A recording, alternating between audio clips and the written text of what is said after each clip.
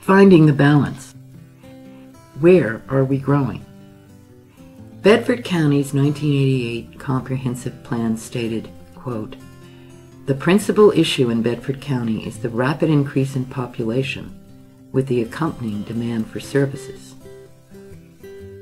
This is still the principal issue in Bedford County today, one that must be addressed in our new comprehensive plan, which will be finalized in December 2005. What makes Bedford a good place to live?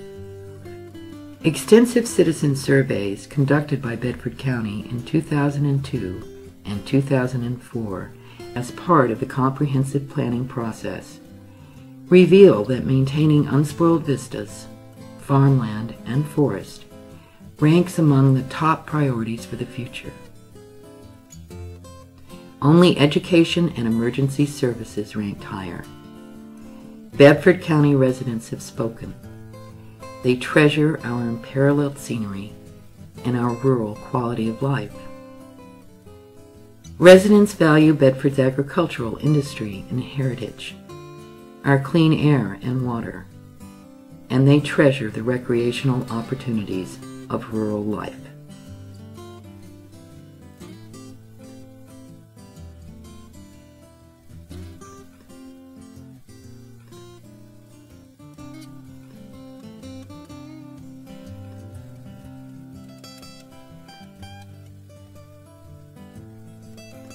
These opportunities cannot be pursued in suburbs or cities.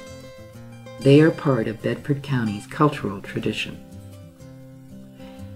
Our beauty is our advantage over localities that have lost identity and character through sprawling development. Such development changes not only the physical and environmental character of a community, it also changes the nature and character of people's connections with each other.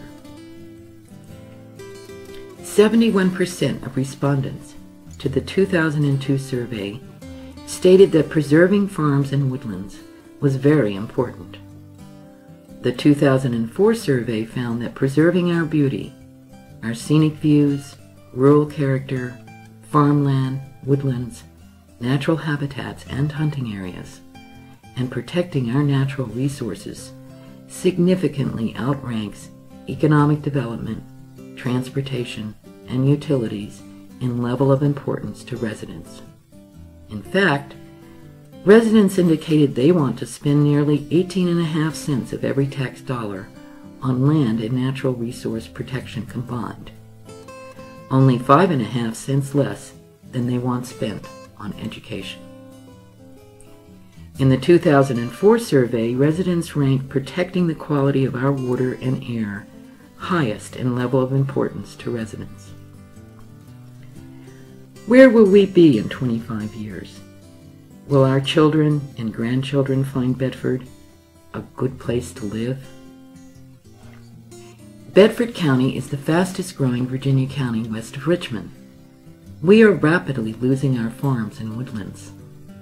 This growth makes creating a new comprehensive plan that reflects residents' stated priorities the single most important task before government and citizens alike.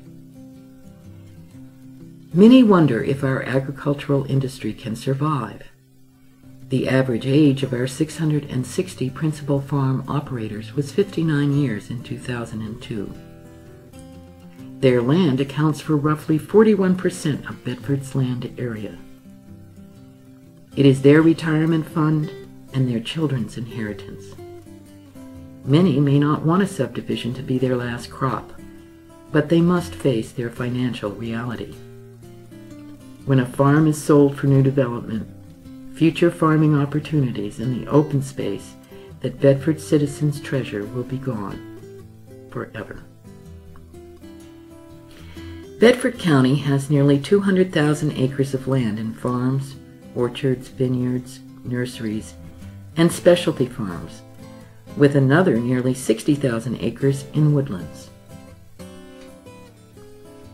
Our open space also includes large private land holdings not in agricultural use, our parks and public and private recreation areas, our lakes, reservoirs, and streams, and land not suitable for residential development, such as wetlands, floodplains, and steep slopes. Residents have voiced the desire to preserve our open space and protect our natural resources. They recognize that protection of open space provides significant economic benefits. 83 cost of community service studies done by the American Farmland Trust and others show that open space generates more in local tax revenues than it costs in services. These studies show that public services for residential development typically cost 125 to 150% of the taxes generated by new residential development. This chart shows the average of these 83 studies. For every dollar of revenue raised, residential use cost $1.15, whereas industrial commercial uses only cost 27 cents of every dollar raised, and farm and forest only 36 cents. Cost of community service studies done recently in these Virginia counties show that residential development costs taxpayers money. In 2005, the American Farmland Trust will conduct a Cox study for Bedford County. It will identify the fiscal contributions of our remaining open space and the actual cost of our residential growth, information that is central to planning for the future. Can we afford to preserve open space? Perhaps a more appropriate question is, can we afford not to preserve our open space? It is our capital asset. In our new comprehensive plan, we have an opportunity to invest in this asset and have it reap ongoing economic benefits for the indefinite future. In Bedford County, farming and horses combined have a market value of $43 million. Very little public infrastructure is necessary, and unlike residential developments, farmland and open space pays its own way. Our agricultural land also contributes to our local economy through sales, job creation, and support of local businesses for feed, fertilizers, fuel, machinery repairs, and other goods and services. Bedford's farm industry is roughly a $67.5 million industry. Equine sales in Virginia make horses the Commonwealth's 7th largest agricultural commodity. Bedford ranks 5th in the Commonwealth for the number of horses with 4,600 inventoried. The average horse owner in Virginia spends nearly $3,000 per horse per year. Owners purchase a variety of goods and services and generate jobs for veterinarians, farriers, and trainers. Bedford's horse owners are pumping roughly $13.8 million into our local economy each year. Tourism is a $13 billion industry in Virginia. Bedford has had 32,000 visitors since December 2001. The numbers are expected to grow as we invest in this industry. Beautiful scenery is the single most important factor in choosing a tourist destination. A recent National Park Service survey found that 95% of visitors are attracted by scenery. In 1995, they spent $2.2 billion across 29 Virginia counties while enjoying the views, an average of $323 a day. Assuming Bedford's recent visitors stayed 2 days, they spent more than $2.6 million in our area. The fastest growing recreational activities in the United States today are hiking, backpacking, and primitive site camping. Preservation of our open space is fundamental to the future of tourism. Our beautiful scenery will attract birdwatchers, hikers, and other outdoor enthusiasts. Our relationship with the Blue Ridge Parkway and National Forest is an extremely important asset, one we can build upon.